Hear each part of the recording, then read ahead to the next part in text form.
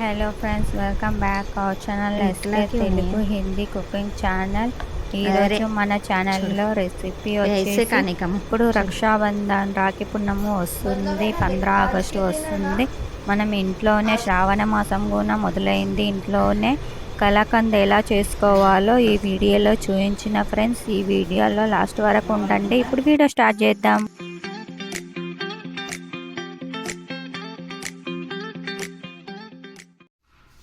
ఇక్కడ చూడండి ఫ్రెండ్స్, నేను ఇంట్లోనే కలాకండ్ ఎలా ప్రిపేర్ చేశానో, ఏ ఇంగ్రీడియంట్ కావాలో ఇక్కడ చూపిస్తున్నాను. ఈ మావా అయితే నేను ఇంట్లోనే ప్రిపేర్ చేసిన మిల్క్ పౌడర్ తోటి నెక్స్ట్ వీడియోలో మీకోసంకి అప్లోడ్ చేస్తాను, చూడండి తప్పకుండా.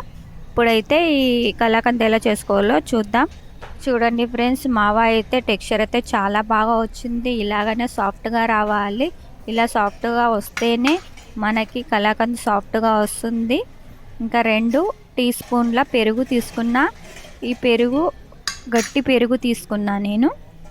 ఇంకా 1 కప్పు అమూల్ మిల్క్ తీసుకున్నా, అమూల్ పాలు. మీ దగ్గర ఏవైనా గేదె పాలున్నా ఆవు పాలున్నా వాటిని కూడా తీసుకునవచ్చు.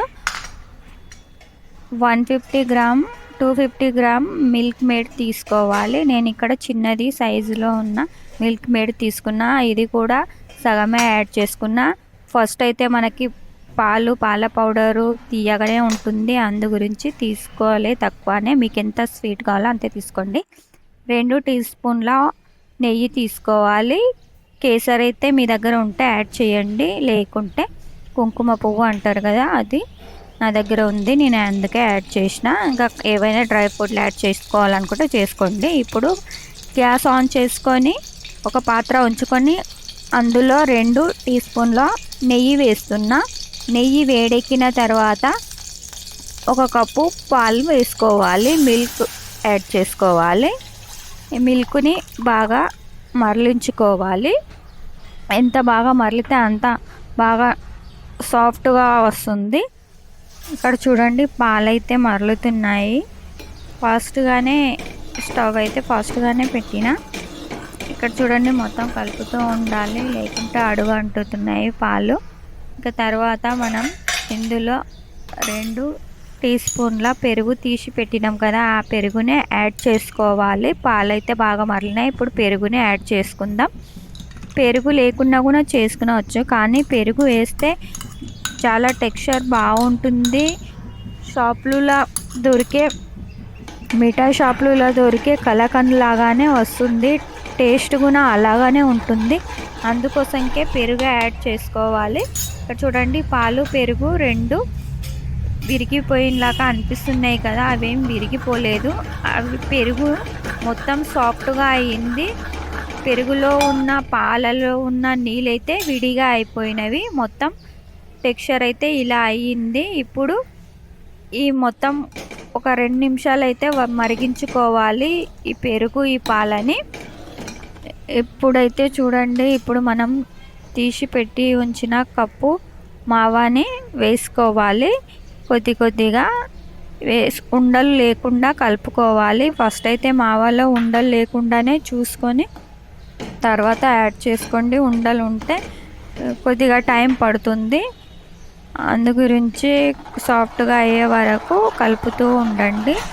ఉండలు లేకుండా ఉండాలి, మొత్తం కలుపుతూ ఉండాలి. ఎంత బాగా కలిపితే అంత బాగా టెక్స్చర్ అయితే వస్తుంది. ఇంకా ఉండలు లేకుండా వస్తేనే ఈ కలాకండ్ మనం షాపులలో దొరికే కలాకండ్ లాగానే వస్తుంది. ఇక్కడ చూడండి, ఇక్కడైతే నేను మీడియం స్టవ్ పైననే పెట్టిన. ఫాస్ట్ స్టవ్ పైన పెడితే మాడిపోతుంది. అందుకోసంకి ఉడికిన తర్వాత మనం తీసుకున్న మిల్క్ మేడ్ వేసుకోవాలి. ఎంత తీపి కావాలో మీకు అంత యాడ్ చేసుకోండి. నేను ఇక్కడ 1 కప్పుకి సగమే యాడ్ చేసిన మిల్క్ మేడు. ఎందుకంటే ఎక్కువ తీయగా ఉంటే కూడా మనం మిఠాయి షాపుల్లో కొనే కలాకండ్ లాగా వస్తలేదు. అందుకోసంకి మీడియం కొంచెం తక్కువనే వేసుకోవాలి. షుగర్ని, మిల్క్ మేడ్ని ఏదైనా మనం యూజ్ చేసినప్పుడు. ఇంకా మీకు కావాలంటే మీరు ఎక్కువ తీపి తింటే మీరు ఎక్కువగా యాడ్ చేసుకోండి. ఇక్కడ చూడండి, మొత్తం ఒక 5-10 నిమిషాల్లోనే గట్టిపడింది. మొత్తం టెక్స్చర్ అయితే ఇలా వచ్చింది.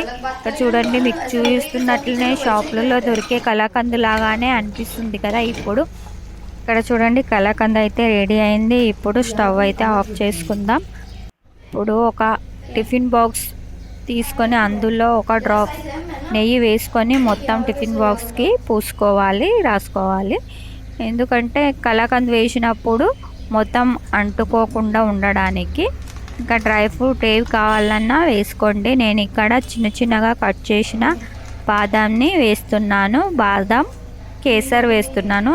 కేసర్ నా దగ్గర ఉంది, మీ దగ్గర లేకుంటే స్కిప్ చేయండి. ఇంకా పిస్తా, కాజు, బాదం ఏవైనా వేసుకునవచ్చు. నేను ఇక్కడ బాదం కేసరే వేసిన. ఇంకా వీటిపైననే ఇప్పుడు మనం చేసి పెట్టిన కలాకండ్ని వేసుకోవాలి. వేసుకొని ఒక 10 నిమిషాలు అయితే ఫ్రిడ్జ్లో ఉంచుకోవాలి.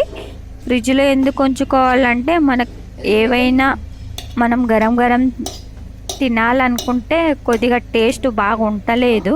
కొద్దిగా చల్లారిన తర్వాత తింటే చాలా టేస్ట్ బాగా వస్తుంది. ఇంకా మొత్తం సెట్ అవుతుంది ఈ కలాకండ్ టేస్ట్. అందు గురించి ఒక 10 నిమిషాలు అయితే ఫ్రిడ్జ్లో ఉంచండి. ఇలా ఉంచడం వల్ల కలాకండ్ ఇంకా కొద్దిగా గట్టి పడుతుంది.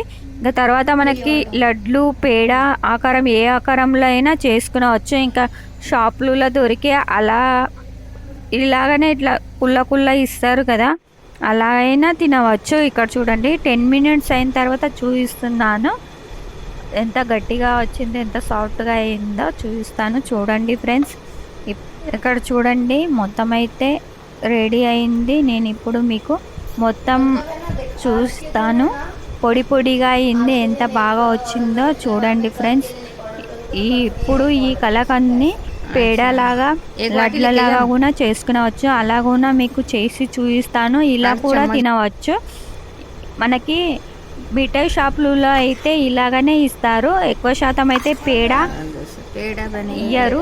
మన దగ్గర అయితే ఎక్కువ శాతం ఇలాగనే ఇస్తారు. నేను చాలా మిఠాయి షాపులలో చూసి, ఇక ఇక్కడ చూడండి ప్లేట్లు అయితే సర్వ్ చేసి చూపిస్తున్నాను. ఎంత బాగా వచ్చిందో, పేడలాగా లడ్లలాగా కూడా చుట్టి చూపిస్తాను. చూడండి ఫ్రెండ్స్, చాలా బాగా వచ్చింది. మీరు కూడా ఒకసారి ట్రై చేయండి. మీకు మావా రెసిపీ కావాలంటే నాకు కమెంట్ బాక్స్లో కమెంట్ చేయండి. మావా ఎలా ప్రిపేర్ చేసుకోవాలో నెక్స్ట్ వీడియోలో చూపిస్తాను. ఈ కలాకండ్ రెసిపీ మీకు ఎలా అనిపించిందో కామెంట్ బాక్స్లో కమెంట్ చేయండి. మీకు నచ్చినట్లయితే లైక్ చేయండి.